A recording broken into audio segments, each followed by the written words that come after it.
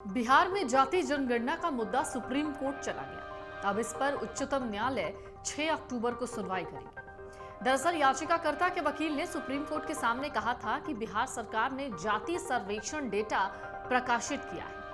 असल में supreme court में जातीय गणना को लेकर 3 अक्टूबर को सुनवाई होनी थी, लेकिन अब उसे 6 अक्टूबर के लिए टाल दिया गया।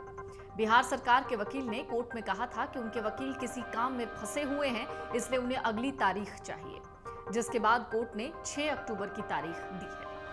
बिहार सरकार ने सोमवार को जातीय गणना के आंकड़े जारी किए, इसके बाद जिसके खिलाफ सुप्रीम कोर्ट में मंगलवार को याचिका दायर की गई, जिसे कोर्ट ने स्वीकार भी कर लिया।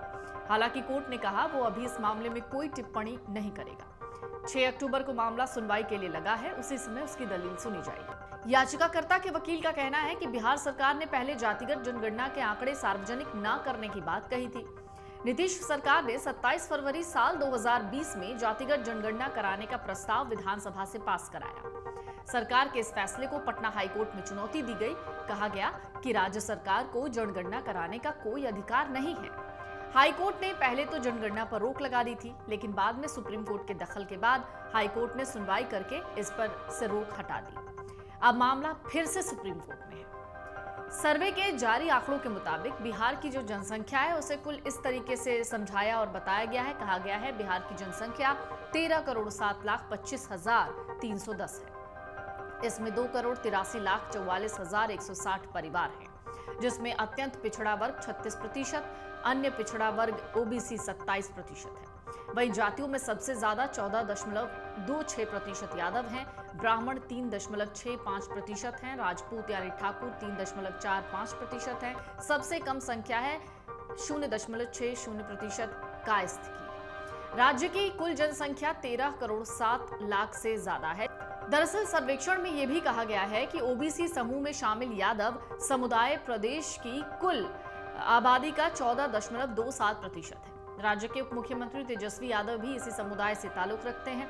राज्य में जनसंख्या के मामले में यह समुदाय सबसे ज्यादा है। बिहार सरकार ने राज्य में जाति आधारित गणना का आदेश पिछले साल तब दिया था, जब प्रधानमंत्री नरेंद्र मोदी के नेतृत्व वाली केंद्र सरकार ने यह साफ कर दिया था कि वो आम जनगणना के हिस्से के रूप यानी अनुसूचित जाति और अनुसूचित जनजाति के अलावा अन्य जातियों की गणना नहीं कर पाएगी। बिहार सरकार द्वारा सोमवार को जारी जाति आधारित गणना के आंकड़े जारी किए जाने के बाद मुख्यमंत्री नीतीश कुमार ने सोशल मीडिया मंच एक्स पर किए गए एक पोस्ट में कहा कि गांधी जयंती के शुभ मौके पर बिहार में कराई गई जाति आधारित गणना के आंकड़े प्रकाशित कर दिए गए हैं। जाति आधारित गणना के कार्य में लगी हुई पूरी टीम को बहुत बहुत बधाई।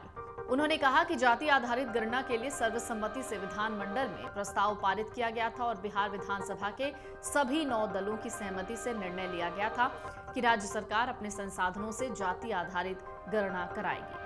लेकिन अब ये पूरा मामला एक बार फिर से सुप्रीम कोर्ट पहुंचा है। 6 अक्टूबर को सुप्रीम कोर्ट अब इस पर सुनवाई करेगी। देश में आखिरी बार सभी जातियों की गणना 1931 में हुई थी। बिहार मंत्रिमंडल ने पिछले साल 2 जून को जाति आधारित गणना कराने की मंजूरी देने के साथ इसके लिए 500 करोड़ रुपए की राशि भी आवंटित की थी।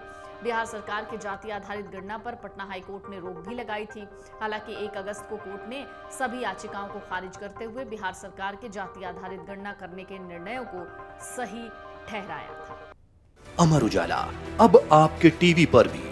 अपने स्मार्ट टीवी पर YouTube पर सर्च करें अमर उजाला, चैनल सब्सक्राइब करें और देखें ताजा खबरें, वो भी HD क्वालिटी में। और हाँ, बेल आइकन दबाना ना भूलें ताकि हर खबर हो आपके घर। अमर उजाला, निष्पक्ष, निर्भीक, निरंतर।